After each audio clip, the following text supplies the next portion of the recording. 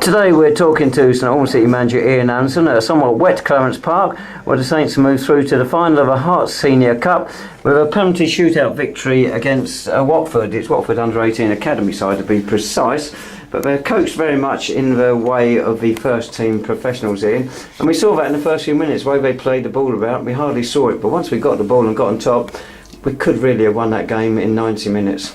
Yeah, I mean, obviously, you give them space and you give them time and they'll hurt you. I mean, the one thing, we had to be patient and we had to be disciplined in what we did, so we were quite comfortable letting them have the ball, and eventually when we get an opportunity to win it, we sprung the trap and took the ball and put them under massive pressure. And as I say, I think we tried really hard tonight not to win this tie.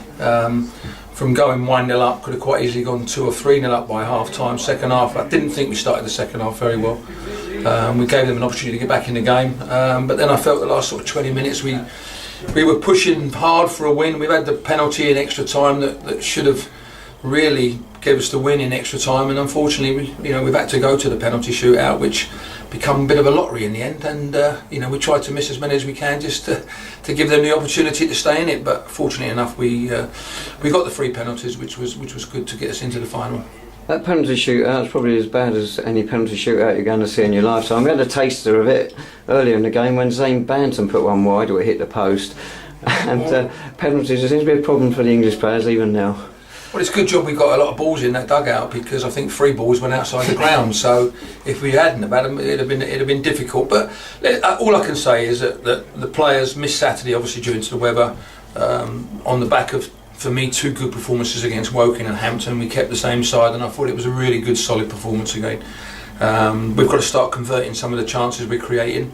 Massive bonus in the way Liam Sol come on tonight and took the game to Watford in the last sort of 20 minutes of the game plus extra time.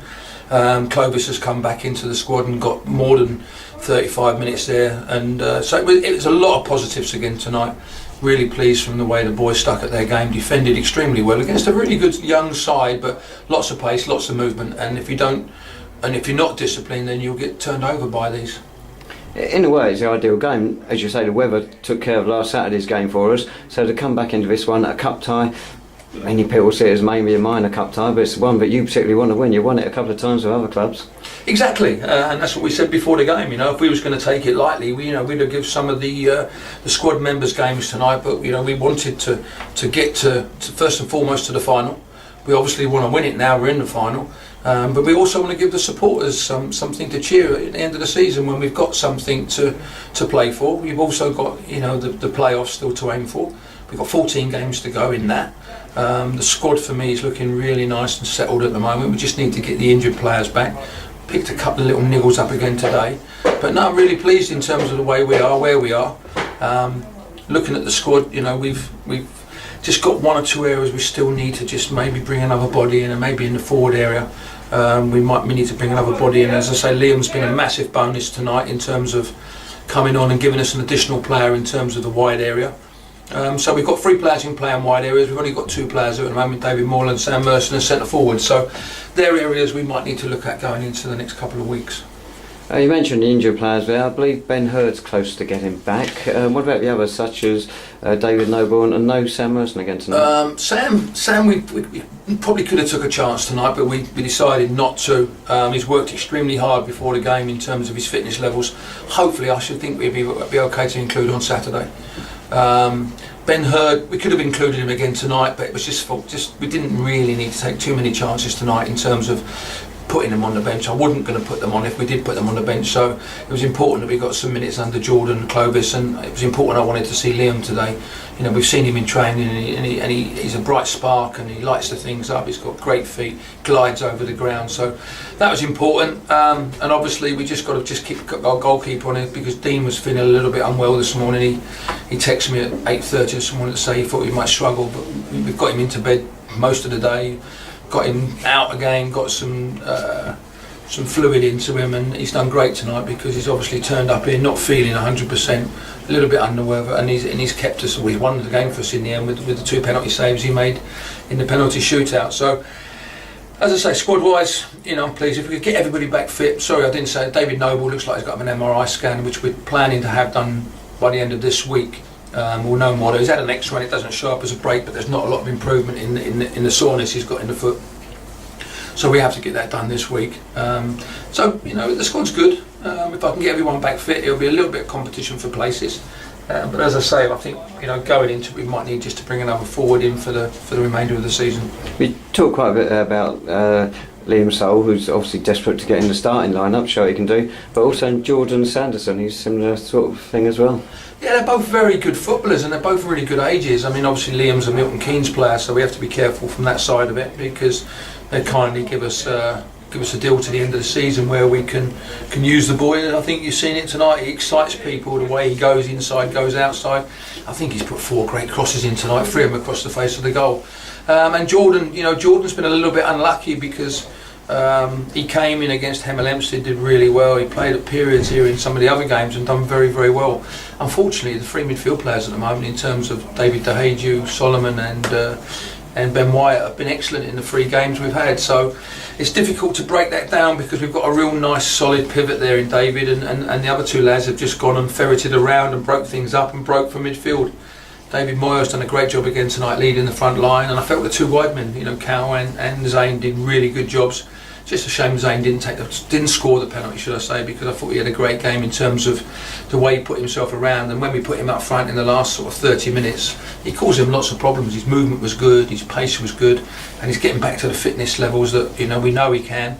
And he missed a lot of the first half of the season because of the shape we played. We didn't help him in terms of playing the 3-5-2 because he missed out on a couple of occasions there. But he's done great now. He's in the side on merit, and he's working extremely hard at his game, and he's been a major asset to us, what we've done since the turn of the year. You mentioned David De Gea. He's played in various positions for you. He's been one of the unsung heroes. He's been great for us. When I signed him, I mean, to be fair, I spoke to Gary McCann about him. Gary said he's just one of them. You can play him in 4 or 5 different positions, he said, and you know what you're going to get from him. There's going to be some games when he's not quite as good as he is on other games, but he's been outstanding for us, as you say. He's gone in there, you know, beginning of the season he picked a nasty injury up at Woking, and it's no coincidence when we took him off we conceded the 2 goals.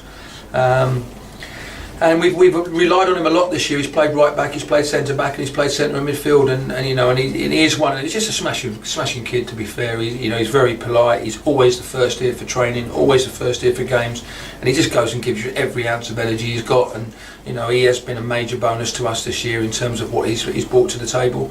And as you say, he has been an unsung hero from that side of it. And you know, I'm pleased for the boy because it's a step up from where he was last year. People did question whether he could do it, and I think, without a shadow of a doubt, he's proved that he can play at this level. Since we last saw you in, we've had 1 departure by mutual consent.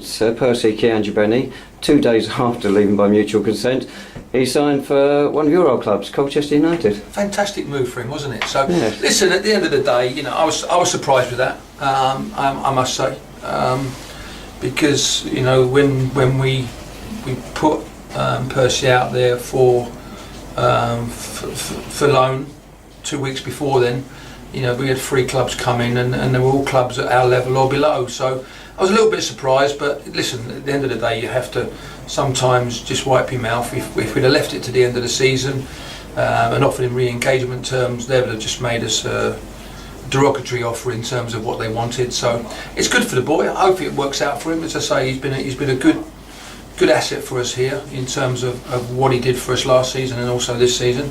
He obviously could become very despondent when he wasn't in the side, and you know, and I couldn't guarantee him first team football, and I won't guarantee anyone first team football. So he became a little bit despondent, and we spoke before Christmas about it. I asked him to help us out during the Christmas and New Year period because we had a lot of games, which he did, and he was good for us because of the opportunities he got against Hemel and Billericay. He came in and did a great job for us, but as I say, you know, he was a little bit despondent towards the end of it, and what we needed to do was make sure that it was right for St Albans City Football Club first and foremost, which we did. And Percy's obviously gone and benefited from that by signing for Colchester. So it's a magnificent opportunity for the boy. I really hope he grasps it and he takes it and he produces it for them, because if he does, as I say, he's got a career out there. If he doesn't, then you know, he'll be back playing at this level or the level below in 18 months' time. So we wish him all the best. We thank him for what he's done here, and hopefully it works out for him.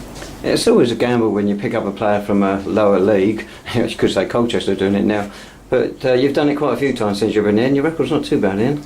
It's not, as I say. It's just sometimes you need to have a squad that is really settled, and people have got to understand. Sometimes you're gonna make big decisions, hard decisions, which disappoint some players, and unfortunately, we're going to have to disappoint players as the season goes on. But nobody does it for the sake of doing it. We all want to every single player to play. If I could pick 16, 17, 18 players for every single game, I'd love to do it, because there's no pressure on me from that side. I keep everybody happy.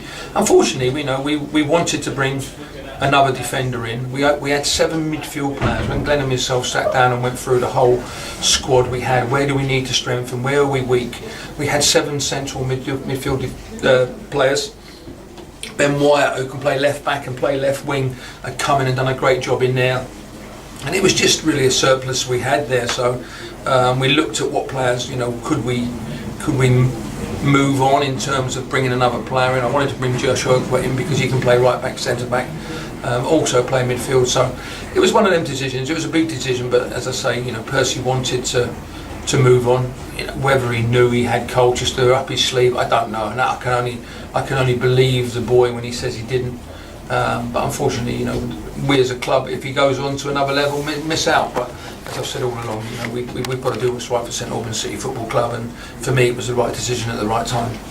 This coming Saturday, we're due to be away to Hungerford Town in National League South. Already there's some doubt over the fixture. Looking at weather tonight, that's not going to help. The last thing you want now is another break. Well, I did say it, and I think people might think it's sour grapes or whinging or whatever you want to call it, but certainly in the period where we went out the FA Cup early, went out the trophy early, it has disrupted our season. I fell in them games because we didn't win a game, I don't think, through November and towards the end of October. Only because I felt we got a run going, and then we had a 2-week break. We played a game, had a 2-week break, and it only really come back when we got into the Christmas period, when we was playing Saturday, Tuesday, Saturday, Tuesday, Saturday, Tuesday. And I think we said it, we had 10 games in 33 days, where I think we picked up sort of 6 wins, 2 draws and 2 defeats. And it's helped, it got everyone back to a fitness level. Unfortunately, with Saturday being off with the snow on the pitch, didn't help. We've had a game tonight which has been great, so it would be nice to play again Saturday. But as you say, with the weather like it is, I think they've already put a warning out, Hungerford, that the pitch is waterlogged. So all we can do is plan. We're planning now. The boys are off. They trained on Monday. They played tonight. They played 120 minutes tonight. So unless they're injured, they'll be off tomorrow. And we'll congregate back here at 10:30 on Saturday morning, prepared to go to Hungerford to play a game of football. If not, we'll train here Saturday and then come in Tuesday and Thursday and hopefully prepare for the Wilstone game the week after. But with the weather like it is at the moment, all we can do is plan and try and take each game as it comes. But as I say, you've got 14 games to go. You're already into nearly the middle of February. The season ends on the 27th, is it, or 28th of April. So there's not a long period to go now between now and the end of the season, and 14 games to fit in. So if we do lose a couple of more weeks, it will put a pressure on the squad in terms of injuries. But it'll be another sort of 10-12 days before we get another game, which is disappointing from that side of it. Lovely, thanks so much, Ian, and congratulations on taking us through to the Heart Senior Cup final. We don't know who we've got in that yet. It's still in the other half of the draw is quarter-final to be played, let alone the semi-finals. But Saints due to be in action this coming Saturday, away to Hungerford Town. Kick-off at Bulpit Lane. National League South is at 3 p.m. But watch your website for weather updates.